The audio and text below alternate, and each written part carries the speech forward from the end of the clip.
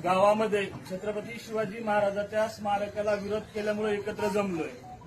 मला या दोन चोरांना प्रश्न विचारायचे।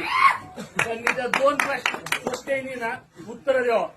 पहिला प्रश्न त्या गोप्याला विचारायचा आहे, माधर चौदाला।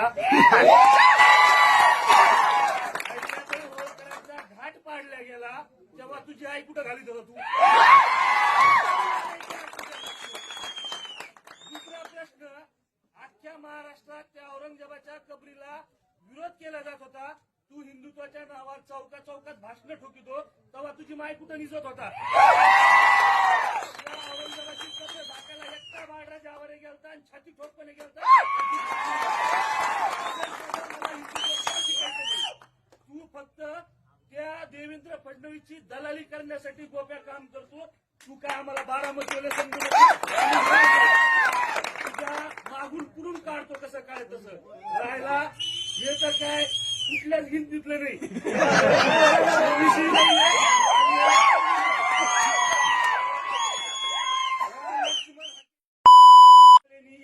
कंड होता ना तर त्या दीपक भाऊला का आंदोलनाला पाठिंबा द्यायला गेला नाही? त्यावेळेस धनगर नव्हता का ओबीसी नव्हता? प्रत्येक ठिकाणी हा जिथं याला दलालकी मिळाली तिथं हा पळाला। याला मी एवढंच सांगेन, तू जिथं आम्हाला विरोध करशील तिथं हे बघ, बाळराजावर बोलत नाही, डायरेक्ट बोलतो। मला बोलता येत नाही। मी गेल्या 3 वर्षापासून संघटनेचा अध्यक्ष, अगोदर मी एक कार्यकर्ता म्हणून समाजाचं काम करत होतो। भाषण करणं हे काय आपल्या तत्वात नाही, कर्तव्य येत नाही।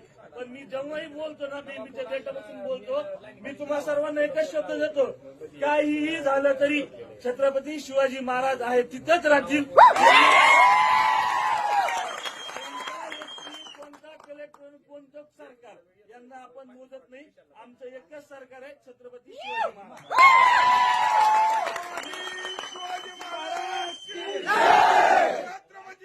शिवाजी महाराज की संभाजी महाराज की। ओबीसी मराठा वाद लावण्याचं जे काम केलं जात आहे, मी तुम्हा सर्वांना सांगतो, आताही आपण या गावात जर फिरलो तर धनगर समाजातल्या 70-80% लोकांची भावना ही आहे, छत्रपती शिवाजी महाराज जिथं बसले तिथं बसू द्या। मोजके 10-20% आहेत ज्यांना हे यांची पोटदुखी होती आणि त्यासाठी हे माय घालतील। यांना काय घेणं देणं नाही, यांचा स्वतःचा स्वार्थ पाहिजे। या सर्व गोष्टीचा आपण सर्वांनी विचार केला पाहिजे, कारण जिथं छत्रपती शिवाजी महाराजाला विरोध केला जातोय तो माणूस महाराष्ट्रातला आणि महाराष्ट्रावर प्रेम करणारा असूच शकत नाही। कारण जेव्हा छत्रपती शिवाजी महाराजांनी स्वराज्य निर्माण केलं तेव्हाच आज आपण या स्वातंत्र्यात मोकळा श्वास घेऊ शकतोय आणि त्या स्वराज्याच्या नीवर आपण आज सगळेजण एवढा लोकशाहीचा अधिकार गाजू शकतोय। डॉक्टर बाबासाहेब आंबेडकरांनी पण संविधान लिहिलंय। त्या संविधान लिहिताना त्यांना जेव्हा प्रश्न विचारला गेला की तुम्ही एवढं मोठं लोकशाहीचं संविधान कशाच्या आधारावर लिहिलं, त्यावेळेस डॉक्टर बाबासाहेब आंबेडकरांनी सांगितलं, माझ्या देशामध्ये छत्रपती शिवाजी महाराजांसारखा राजा जन्माला आलाय आणि त्या राजाच्या स्वराज्यामध्ये संविधान लिहिणं फार मोठी गोष्ट नव्हती, ते राजाच्या प्रेरणेतून मी करू शकलो। त्यामुळे कोणीही कितीही प्रश्न केला तरी जातीय वाद लावणाऱ्याच्या तोंडाला पण लागायचं नाही। ते फक्त भोगू शकतात, प्रत्यक्ष येऊ शकत नाही। आणि आपण त्यामधले ते आला ना त्याला रेट्टे दिल्याशिवाय सुट्टी नाही।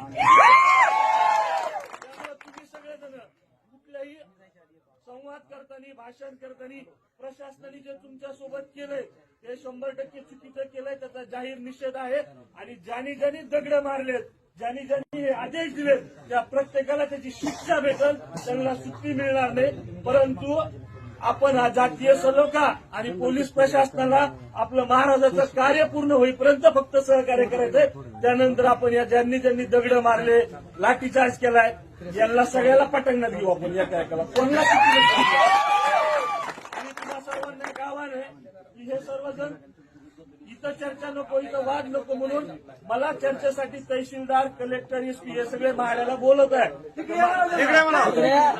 माझं मी त्यांना एकच सांगितलंय, या गावामधल्या 8-10 लोकांसोबत तुम्ही इथे येऊन चर्चा करा, मी तुमच्यासोबत चर्चा करणार नाही। जे गावाल्याचं म्हणणं आहे तेच माझं म्हणणं आहे, एवढंच सांगतो। जय जिजाऊ।